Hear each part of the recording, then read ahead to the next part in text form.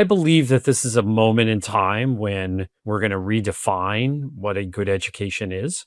Because again, if we keep doing what we've been doing, the outcomes are going to be the same. And what are the outcomes? Declining yield rates, flat or declining net tuition revenue. Those things are just going to continue in the wrong direction unless we change. Right.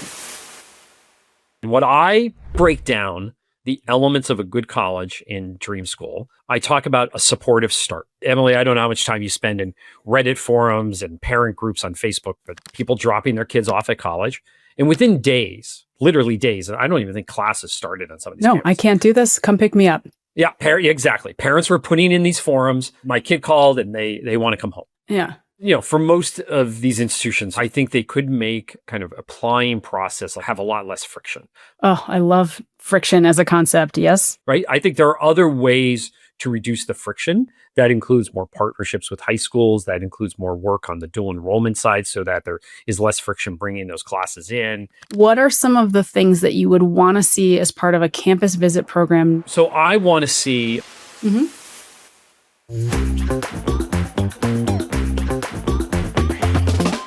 Hello, humans. You're here for the VineDown. And this week I am joined by, again, Jeff Selingo. Jeff Selingo, if you don't know about him, you're doing something wrong because Jeff is a best-selling author, journalist, and general higher ed wonk. Jeff can be found on all of your platforms and at many bookstores near you. Most recently, Jeff, you have released a new book. Comes out next week or around showtime when folks are watching. Congratulations, Jeff. Came out right before showtime, right before NACAC. Yes, like days away from when we're recording. Jeff, congratulations on the launch of Dream School. Thank you. Do you have a copy? Can you show us? I have a copy. Yeah, I have a copy. There it is. Hard copy, finished book. I went to see it get printed this time, and I also did the audio version. So if you really hate my voice, don't buy the audio version. I was actually wondering about that because I was listening to the episode of this show that you did now just under a year ago. And I was getting prepared for this episode, of course. And I was thinking, Jeff, I hope Jeff records the audiobook version of this. 22 hours, but according to Amazon, it's only going to be a 10-hour book or something like that. So there's a lot left on the cutting room floor. Is that good or bad? Does that make you feel good? Well, I will tell you, as a podcaster, you prepare and, you're not reading word for word like you are a book. And the other thing about a book is that you're writing a book for print, for, the written word, not the spoken word. And the spoken word and audio and video is very different kind of writing. You're writing for the ear, right? Not for the eye. And as a result, it just, as you're reading, you're like, oh, I wouldn't really say it that way, but you have to say it that way because it's in the book. The other thing is you have to enunciate. I tend to talk fast. I also don't tend to enunciate all the time. And so you're constantly reading and enunciating. You make a lot of mistakes. You get very tired very quickly. Yes. Like your jaw gets tired. But it was fun. It was a great process. Do you think you have a future in voiceover work? No, that's why there are professionals to do this. But I think I might do it again. I don't know if I have another book in me, but if I have another book in me, I think I would do it again. It was fun. It was just fun. What was really fascinating, Emily, is small world. The director, every audiobook has an engineer and a director, and the director was based in New York. And so we would zoom in. And on the first day he told me, he said, Jeff, guess where I went to college? Ithaca. I said, hey, you went to Ithaca. Yeah. Oh, what are the chances of that? I love that. Our other shared connection is obviously skiing, Jeff. And every time I sit on a ski lift with somebody, I'll sit next to them and I'll say, they'll say, either my kids are, in the college process or going to college, or they're young people who have just, trying sort of the ski bum life after college. And I'll ask them, what colleges they're connected to. And they will always say well, you've never heard of it. And I'm like, try me. You're like, try me. Let's do this.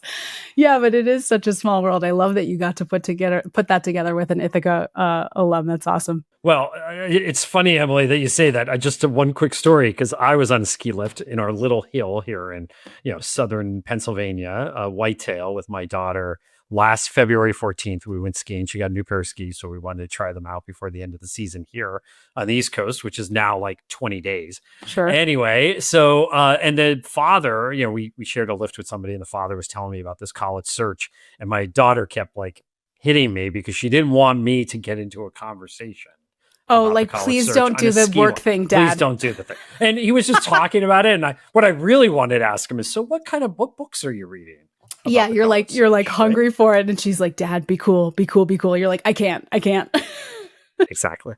Well, I'm really pleased that you're putting another book into the world because I think each time I read something you've written, it's generally well received, helpful, and sort of generally positive for whether it's students and families or those of us who are sort of more oriented towards the college side.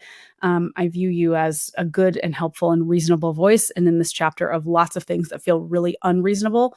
Um, I appreciate it. So congratulations, and I'm curious where folks, as they sort of consume your book stories, where can folks get your book and where can folks see you in the next chapter ahead?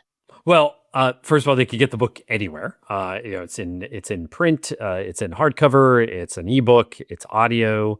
As we just talked about, you could get it on any of your online retailers. Support your local bookstore. Most local bookstores should have it, but if they don't have it, it's a great reason for them to order it. Mhm. Libraries, so forth. So, who gets it and why? My last book, which is a follow up. Amazingly, is still in hardcover. They never put it in paperback because it's still selling well. The great thing about education books, especially about college admissions, is there's a new audience for it every September or every day, really every day of the year anymore, because there's no such thing as a cycle in college admissions anymore. Do you think there's a cycle? I mean, it just seems to never end, and one moves right into the next. I really liked the tidiness of having the 4 times a year search name release and, like, it was just such a confined and tidy thing, and now it just does feel like it's stretching, for sure, but, nothing much is tidy these days. So Jeff, you've written this book for primarily for students and families, and I think it is an ode And counselors, to by the way, high and school counselors, counselors. Yeah. yes. And I think it's an ode to finding solace in, like, more than one right fit and celebrating the turning down of stress for high school students. And I'm curious if you can talk a little bit about what you're hoping, like, the show's audience here is particularly the college side. And I'm curious if you'll share with this audience, like, why should they care about your book? Why should they read your book? And what do you hope they take away from it? Well, I think, first of all, the college audience needs to understand the student audience. What are they reading? What are they consuming? And this reads back a lot of what I heard in my couple of years of reporting, including, by the way, a survey of more than 3,000 parents, which I think some of the insights of that could be very valuable to those who work in college admissions on the college side. The other thing, though, is I think it gives hope to everybody in college admissions in a moment where I think there's a lot of frustration, exhaustion, anxiety about the future. Because what I think this moment shows right now is that we're at the end of an era in higher ed. If we think of higher ed as a living organism, we're at the end of a life cycle that probably started back in the late 1960s with the Higher Education Act. Mhm. And now there's a new life cycle where a new set of institutions can actually rise in this moment. And I know that's really hard for enrollment managers who are really focused and their job is dependent on bringing in that next class and usually on budget. And so it's hard for them to see 5 years out, 10 years out, 20 years out. But higher ed is less static than we like to think it is. Back in the early 1900s when the AAU was started, Clark University and Catholic University were members. And now we see the AAU as essentially Ivy Plus and a bunch of other big publics. If you even think about the story that was in my last book of Northeastern or USC Right. or NYU, that we again see as these highly selected places that 25, 30 years ago were seen as commuter schools.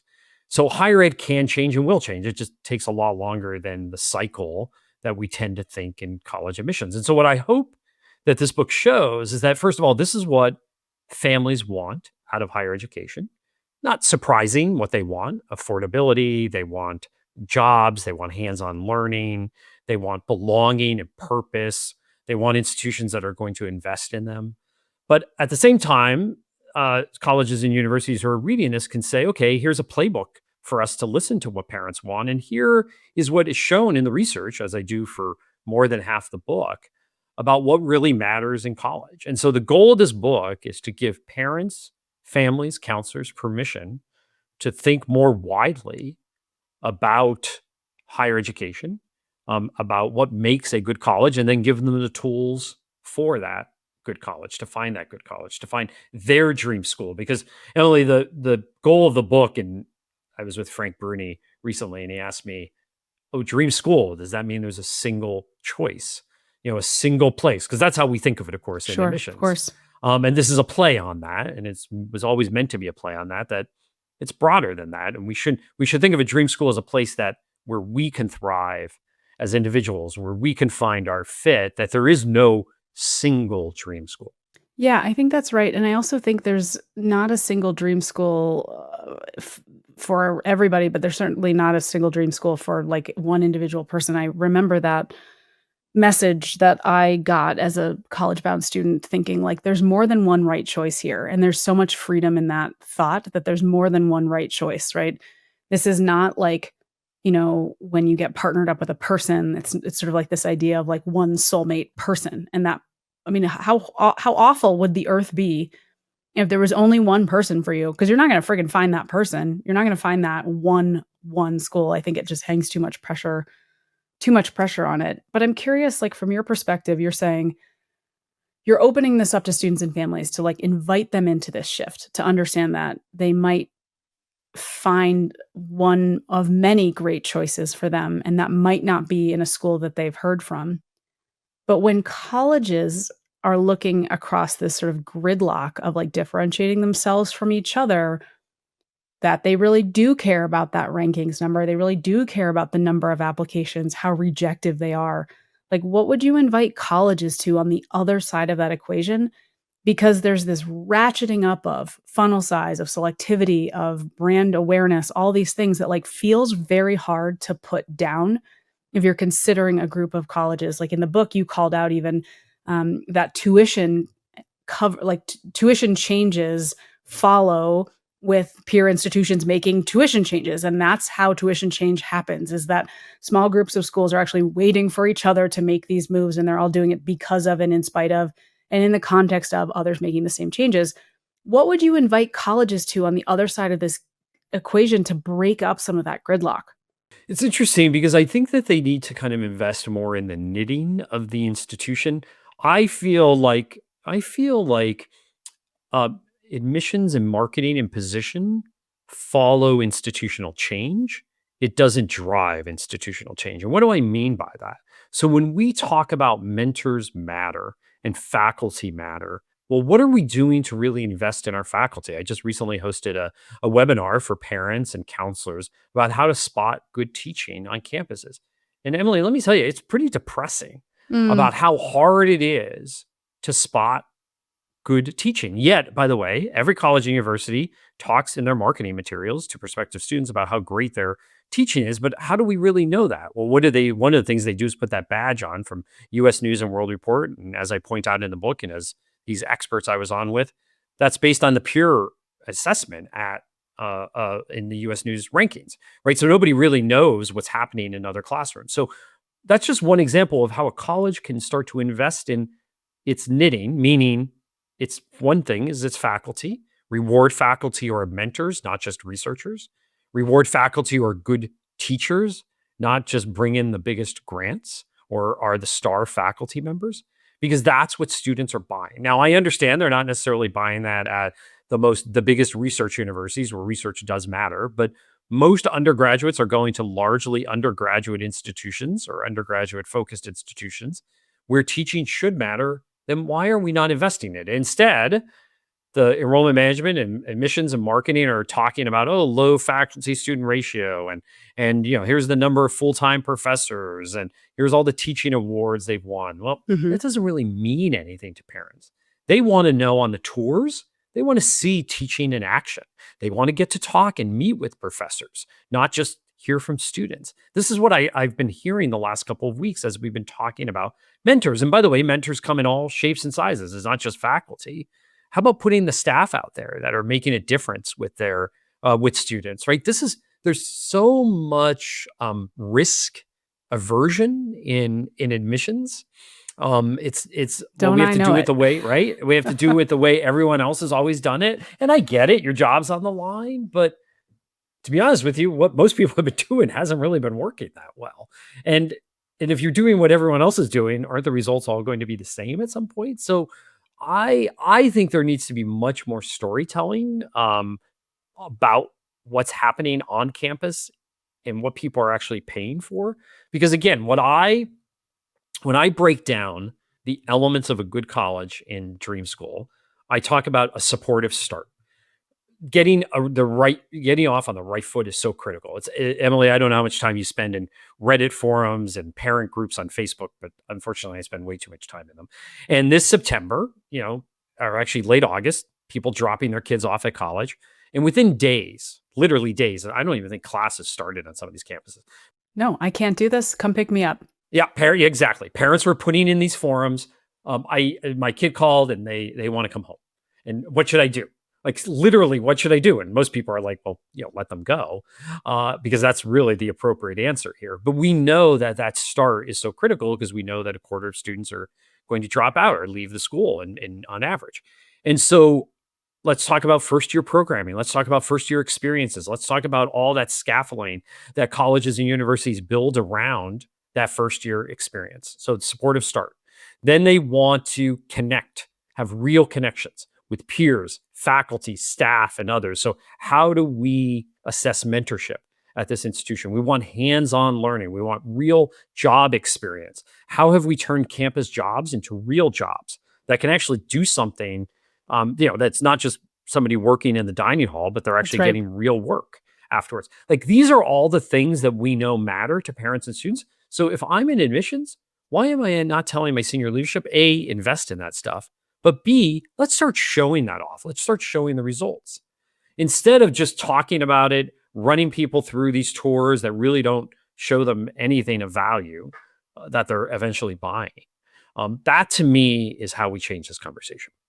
Okay, so I'm going to parachute you into being a campus visit consultant. Oh boy. And I know that you get into advisor mode with, a great number of the colleges that you work with, and you do a lot of thought leadership here, but I'm going to ask you to be a more practical consultant than the ideas guy. What are some of the things that you would want to see as part of a campus visit program, knowing what you know based on this survey data that you now have in your qualitative research and your quantitative research? What are some of the things, like the tactical adds you would make to the average campus visit program to accomplish showing, not telling, on supportive start, this connection, this sort of real connection to jobs? What are some of the tactical things that you would have a college add in order to show, not tell? So I want to see a little bit more about what's happening in a classroom, if I can, right? So classes, and I know exactly what I'm going to hear. I will hear from enrollment managers. Well, that's impossible, especially in the fall. Maybe we could do that as a yield event. Okay, maybe. But I then want to see real professors who are teaching students, and I want to spend more time with them than just hearing them give a 3-minute spiel during an information session. I want to spend more time with them in some way. I want to see tactical results around internships and work. Like what is the definition of experiential learning on this campus? I want to hear from students who've been through programs on campus that actually have done experiential learning, have done internships off campus, and by the way, even campus jobs that produce real outcomes. Those are I want to hear more from students and faculty and real students, not those who've gone through the ambassador program and been trained to be tour guides. Fine to have tour guides. I want the tour, but I want to hear from real students about what they're doing day to day. I want to see the fabric of that campus as much. I want to feel the fabric of that campus as much as I can. And that's really hard. I get it. Most of these tours are, most of these visits for most families are flyby. They're in and out quickly. Sure. But by the way, this may be a way, do it really differently. This may be a way to keep them. Now, I know I'm going to hear from all the campus tour consultants out there, some of whom are my friends. I probably could hear them texting already. Oh, Jeff, we can't do that. We can't do that. Here are the 50 reasons we can't. There are so many reasons we can't do things in higher ed. I'm kind of tired of it because, again, If we keep doing what we've been doing, the outcomes are going to be the same. And what are the outcomes? Declining yield rates, flat or declining net tuition revenue, right? Like those things are just going to continue in the wrong direction unless we change. Two people who famously, it's you and me, made claims about the number of schools that would close in the next year ahead, right? Like that's the dire consequence. Okay, so that's sort of what schools can own on their side of the equation. And in terms of like the ways in which we can be our truest self as institutions and show these things, what about the commitment to getting to know students and families? Like you've argued that on the college side, admissions officers should have more context in students' backgrounds in order to make more thoughtful decisions about them and to be potentially, I don't know, more transparent in the admissions process, or at least sort of signal that they care to get to know these students and families. Like what practical reforms on that side could make that possible? Well, I think that, for most of these institutions, they're not highly selective. So I think they could make the kind of applying process have a lot less friction. Oh, I love friction as a concept. Yes. I've been on record, right? Been on record. I'm a huge fan of direct admissions because I'm not quite sure how it differs. That we could disagree about this. I know a lot of people disagree with me on it. I'm not quite sure how it's that different than the FAST app of 20 years ago. I understand that there are nuances to it, but in many ways, it feels like the FAST app of 20 years ago. I think I agree. Yeah, I'm fairly neutral to it. right? I think there are other ways to reduce the friction. That includes more partnerships with high schools. That includes more work on the dual enrollment side so that there is less friction bringing those classes in, having reduced requirements for credit transfer, like things that just would, by the way, also make college more affordable. I think there's a lot more you could do with high school partners in the second semester of senior year and even in the summer before senior year to ease the transition into college. I still think even with expanded orientation programs and first year experience programs, I think there should be something that is the senior to freshman experience program or something like that, right? Mm-hmm. Like, why are we still see these things as two different things, the end of high school, the beginning of college, and by the way, a big gap in the middle in that summer before the first year of college. I think there's a lot more that colleges can do with high school students in the spring. So for example, Emily, I've been pitching this book not only to high schools, but also to colleges. And I said, hey, I could come and speak at your yield event. And they said, well, you're going to tell them that they should come here. They're like, right? no, thank you. You're going to tell them they should come here, right? And I'm like, no, I'm going to tell them what they should get out of college. Well, Right. why would we want you to do that? Because then they might decide to go to one of those other schools that do it better. But I said, you're providing them an education. At the end of the day, they might actually appreciate you providing an education and they might stick with you as a result. I think there's actually a lot more that we could do earlier in the admissions process to get students to be stickier to the institution, to potentially yield and deposit earlier. And then, by the way, really get them started. Get them not only, and I understand everybody's like, oh, let's put them in housing as quickly as possible, line them up with a roommate, get them a class schedule. All that will get them, sticking to us. Reduction of friction. Sure. Right. Reduction of friction and reduction of no. But why don't we start educating? Why wait? I don't understand why we wait. Second semester of senior year is a complete waste for many students. Why don't we start early? It's because it's fun. It's the best. Oh, I guess it is fun. I crushed my senioritis. Now everybody's going to tell me, Jeff, you're the place where fun The goes fun to die. police. Right? Come on. The fun Ugh. police. Okay. I believe that in theory. You are an altruistic soul, and I like that about you. But like that feels all possible, hard to roll out. But I'm with you. Hey, here's what I'm trying to do. I'm just trying to throw out ideas. Have to think differently. That's all. Just think different. Well, I'm not saying that, I work for a president at ASU who throws out 1,000 ideas in a 10-minute meeting. Mm-hmm. And 99% of them won't stick. Sure. You just have to choose what to operationalize. Uh-huh. But one of them always does. One of them always does. Now, it's sometimes chaotic. It also, by the way, is against a lot of management philosophy that you should focus, focus, and have a strategy and stick to it. But sometimes you have to literally think out of the box. And that's what I think we need to do more of, because there's a lot less imagination now, I believe, in the sector. I think again, there's so much risk management. It's all about assessing risk and fear. Well, fear, right? Like fear raises up and the ability to innovate gets just squashed because things feel really scary. And I think particularly now in this political climate, things feel really scary. And I think about that all the time. I have a friend who's been heading towards being a college president for a long time. This has been his career path. And he said to me yesterday, um, I don't know. I don't know if I can bite this off right now. It just doesn't feel safe enough for me. And I thought that was a really interesting, like, true desire on a pivot to a whole career. Because I think things feel different. Great. Okay, so you believe then that everything can shift. We can start to partner with students earlier. They can become stickier to institutions. Like I agree with all of that. I think about the soonest you can make yourself be the trusted advisor for that student and family, the better. Um, but I'm curious, Jeff, like how do you then align that with like the timing of the cycles and um, the dates and days that we have always done things? Like, do you think colleges should really put that down?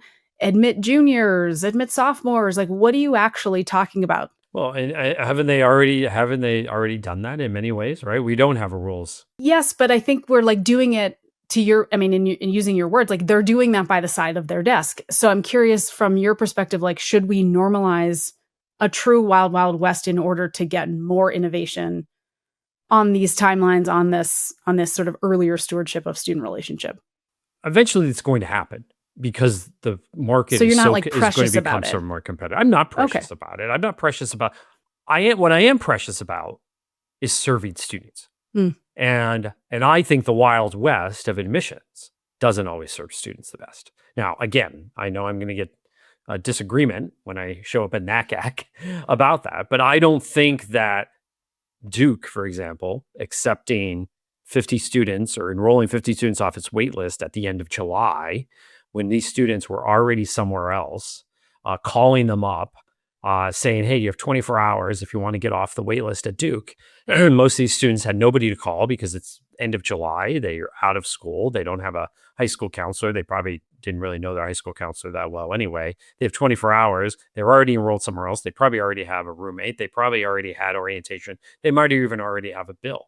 Right. So like that to me is breaking the model, by the way, but it's not serving students well. okay, so that's your organizing principle. Got it.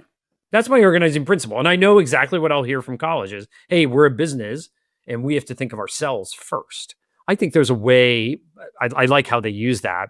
We have to think of ourselves first. And then, when the Trump administration comes after them, they talk about institutional autonomy and they talk about the public good and everything else. The public good serves them well when it serves them well, but then they pull back and say, well, we're a business and we're going to treat students like customers.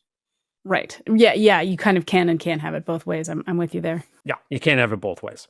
So, okay, final question, two-pronged. Part 1 is, what are you the most proud of about this book? And part 2 is, I'm assuming, and this is sort of I'm projecting my own FOMO into this because I've never published a book. But when I do, you can do the audiobook.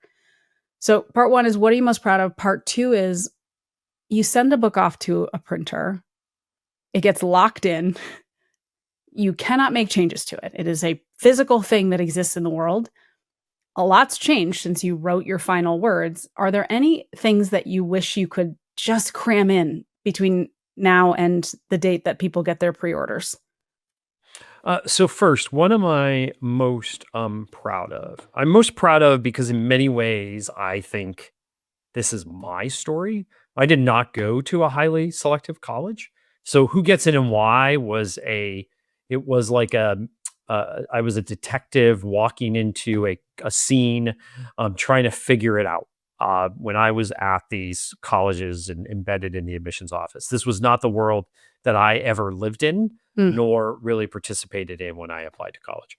Dream School really reminds me of my own college search, talking to many of the students. There was one student in particular, Beth, in chapter 2, who went to a small liberal arts college. So small, by the way, we decided not to identify the college. You didn't even name it. I'm dying to know where Beth went, but Yeah, because we it would easily identify her because she ended up going to Harvard Law School. Mhm. As she was telling her story, like she gets to campus, she doesn't know what she wants to do. Father didn't go to college.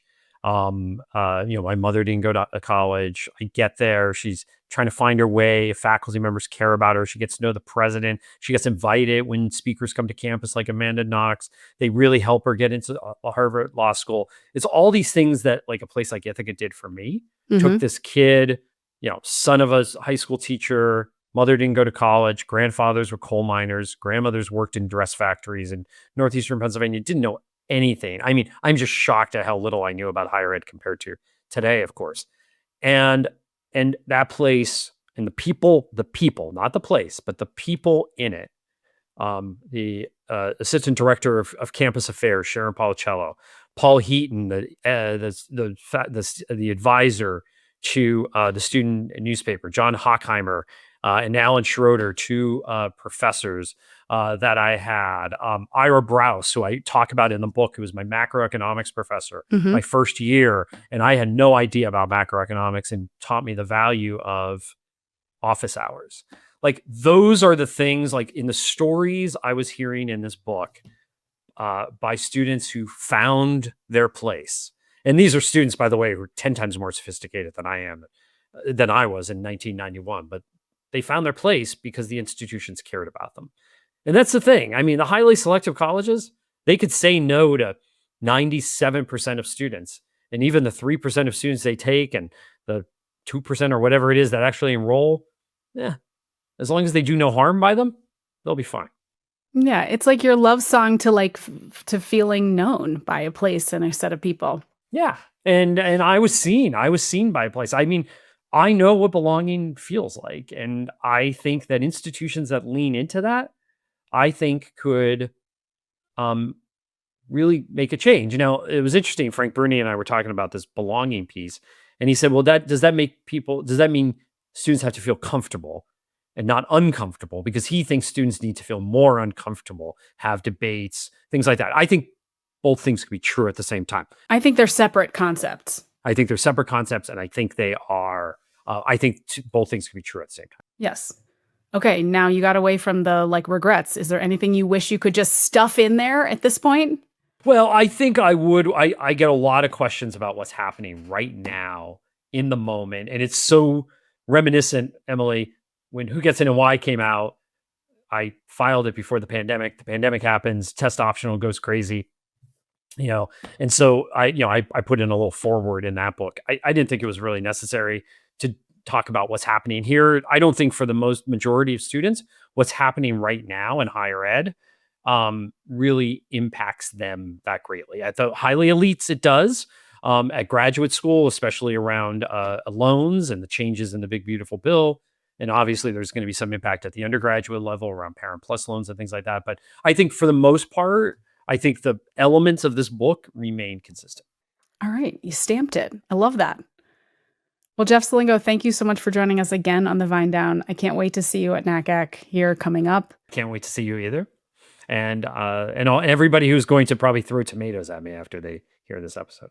Hey, I can be your body man. I'm like a really good bodyguard. I can block, I can tackle. So don't come for my guy, Jeff Selingo, people. Did you ever write a book? No. So let's be kind to the people who are writing books and trying to make our space better. No tomatoes. Jeff, congratulations. Thanks so much for being on. Thank you.